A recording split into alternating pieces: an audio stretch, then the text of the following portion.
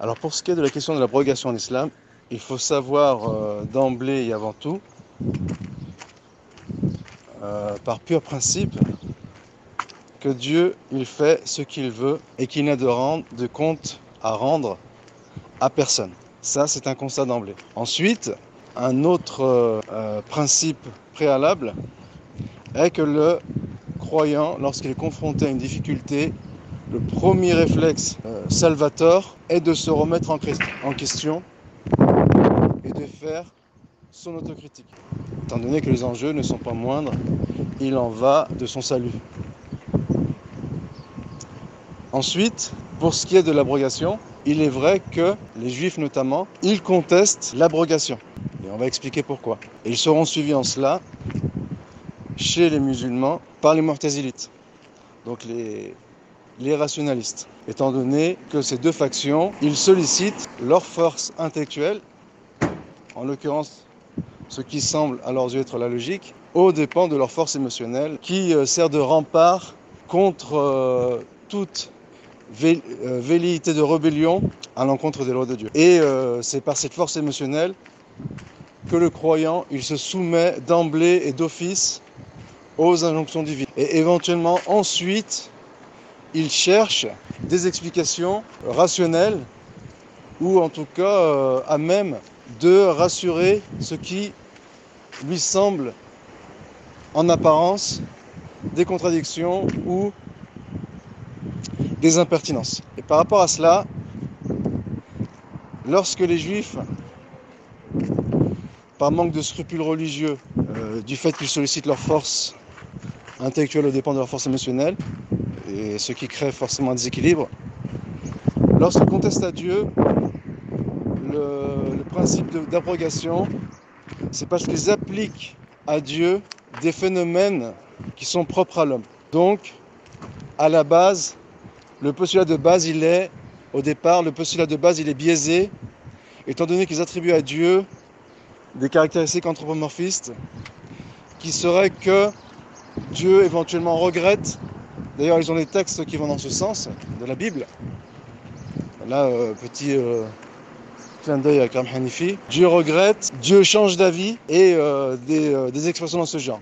Donc ce sont des expressions qui sont anthropomorphistes. Et pour ce qui concerne l'abrogation, la raison pour laquelle cela pose problème à ces rebelles, donc à la base d'obédience juive, et qui ont été imités par les chrétiens, puis par les musulmans en les personnes des mu'tazilites, eh bien, ils imaginent un Dieu qui est soumis aux trois dimensions auxquelles l'homme est soumis, ou qui sont caractéristiques à l'homme, et qui sont tributaires de l'espace-temps, alors que Dieu, il est hors du temps, et qu'il n'est pas soumis au temps qui est le fruit de sa création, et qui calcule la durée des événements qui parsèment l'histoire de la création et de l'humanité, et donc qui n'affecte en rien à la grandeur de Dieu. Il détient le savoir et le pouvoir omniscient. Il est omniscient et omnipotent. L'état qui affecte sa création n'affecte rien à sa puissance, à sa toute-puissance, étant donné que c'est lui qui a créé la création.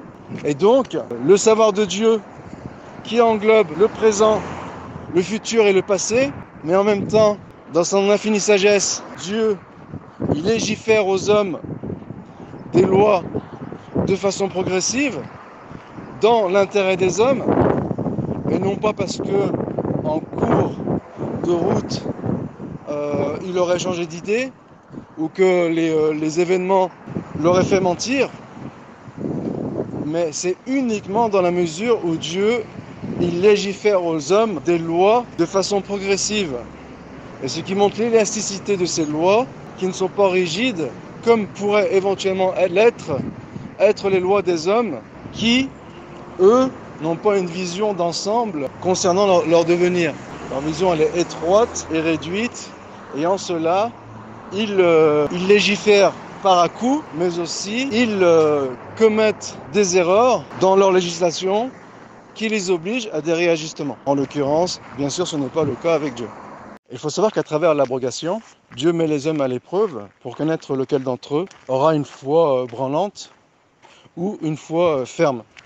Et en l'occurrence, il s'agit du verset dans Surat al-Baqarah, dans la Surat la vache, ما ننسخ من آية أو ننسيها فأتي الله بخير منها أو مثلها ألم تعلم بأن الله على كل شيء قدير. Donc désolé si je prononce mal le verset, là je cite de tête. Et donc ce verset est la preuve formelle que Dieu opère à des abrogations dans son livre. Déjà, il abroge une religion par une autre religion. C'est-à-dire que si Dieu n'abrogerait pas sa parole et que sa parole, elle serait, si elle ne connaîtrait aucun changement, eh bien déjà ces religions ne seraient pas abrogées. C'est-à-dire que le christianisme n'aurait pas succédé au judaïsme et l'islam n'aurait pas succédé au christianisme. Ça, c'est une chose. Une autre chose, c'est que les paroles de Dieu qui sont immuables, c'est sa volonté par lesquelles sont régies des lois universelles et immuables. Là, on parle de lois immuables. C'est-à-dire que sa parole, elle est immuable et irréversible. Mais dans l'intérêt des hommes, étant donné que Dieu il connaît la nature humaine, pour l'avoir créée, pour avoir créé l'homme, eh bien, au même titre que l'homme, il passe par des phases successives au cours de sa vie, eh bien, Dieu, ou Allah Azzawajal, il dicte des lois de façon progressive afin de l'adapter à sa loi, ou afin de l'adapter à sa volonté, afin de l'adapter à ses exigences et sa religion. Donc ce fut le cas pour la législation du vin, et ce fut le cas pour la législation du djihad. Et on va s'arrêter sur ce point, étant donné que malheureusement il porte à confusion, notamment lorsqu'il s'agit de réfuter les détracteurs de l'islam, pour ne pas employer l'expression islamophobe, qui éventuellement a des connotations victimaires, mais on peut l'utiliser bien sûr par extrapolation. Et donc, lorsque il est fait mention d'abrogation dans le Coran, il faut savoir, comme l'explique Ibn Taymiyyah, rahimahullah, que malheureusement là aussi, et comme souvent, la divergence qui existe éventuellement entre savants, elle est plus sur la forme que sur le fond. Dans le sens où il y a une partie des anciens qui disent que les versets de l'épée sont venus abroger les versets qui réclament de faire preuve de compassion envers un ennemi qui à l'époque était plus puissant. Et d'autres anciens utilisent l'expression abrogée avec un autre sens, et qui a un sens de, comme l'explique Ibn Taymiyyah, de tarsis. C'est-à-dire qu'on spécifie, on particularise, on nuance une loi déjà existante. Et en cela, il ne s'agit pas d'abrogation dans le sens dont l'entendent les Juifs, et qui est que Dieu aurait changé d'avis. Puisqu'ici, ce n'est pas un changement d'avis, mais une particularisation, une spécification d'un avis déjà existant. Ce qui en soi est le comble de l'excellence et de la perfection. Donc il ne faut pas inverser la chose et attribuer cela à une faiblesse. Ça, c'est un premier point. Et Ibn Taymiyyah dit justement que si on prend le sens d'abrogation, ou si on prend le terme abrogation dans le sens de spécificité, cela donne une dimension au Coran encore plus rhétorique, ou encore plus éloquente, étant donné que les premiers versets, ils ne sont pas abrogés, ils sont toujours en vigueur dans un contexte donné, avec une catégorie d'individus en particulier ou précise, eh bien, où en fonction des capacités et des objectifs ou de l'objectif escompté, eh bien, on va employer tel comportement qui réclame de la souplesse, de la compassion, de la douceur, de la tolérance, et ainsi de suite. Mais ces mêmes versets qui éventuellement ils sont ou dictent le comportement adopté pour un individu, bien entendu ne s'appliquent pas à un État qui, par la force des armes, il répand la parole de Dieu sur la terre. Donc ici, nous avons deux contextes qui sont complètement différents.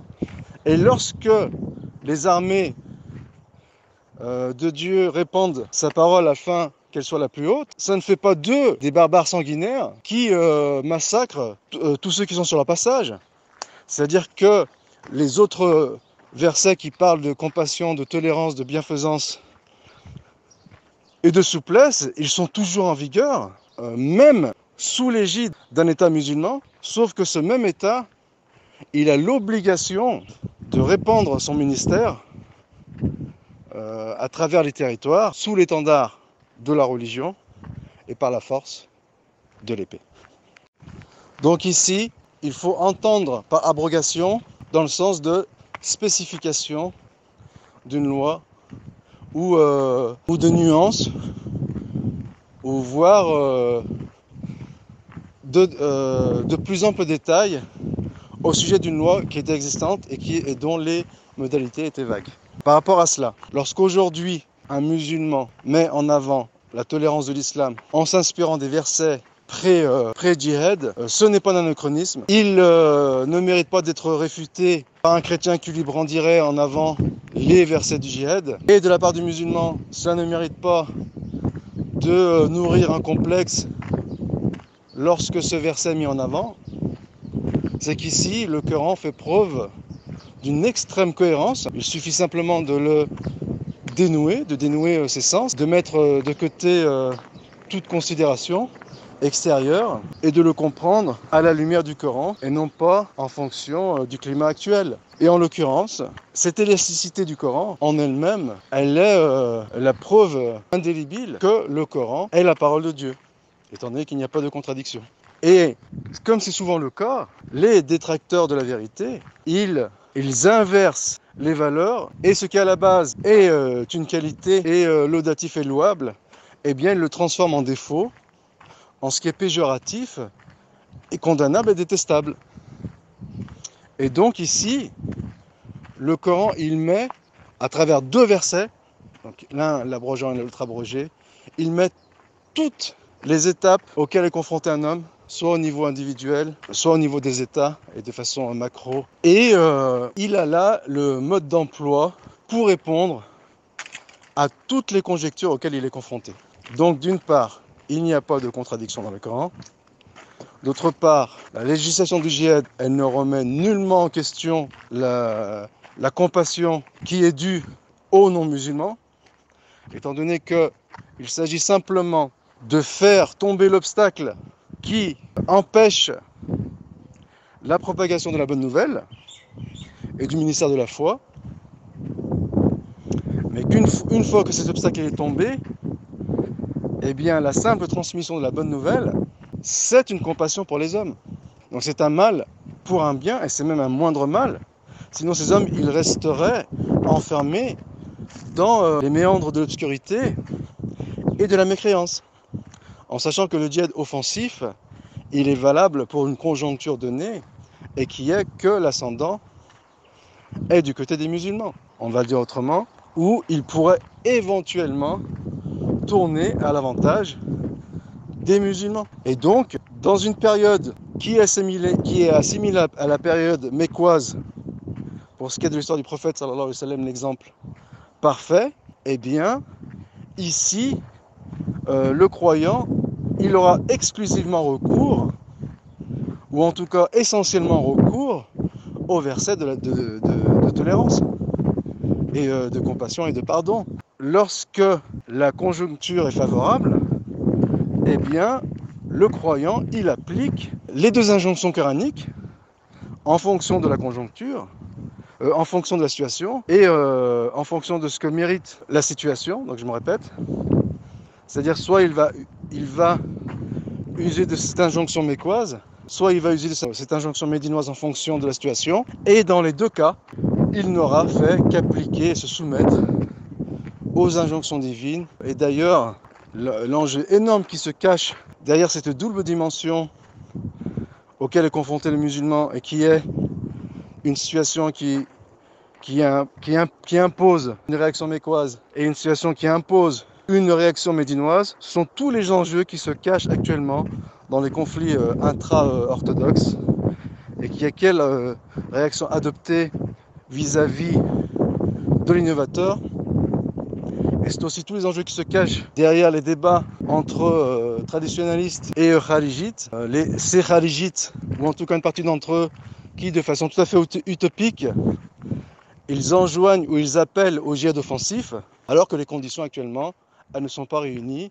Elles ne sont même pas réunies pour les insurrections contre les autorités en place, étant donné que la situation actuelle, elle ressemble sous certains angles, et non pas entièrement, à la période mécoise, et que par cela, il incombe de conjuguer entre les textes et ne pas s'enfermer dans une orientation des textes au péril d'avoir des conclusions erronées et biaisées.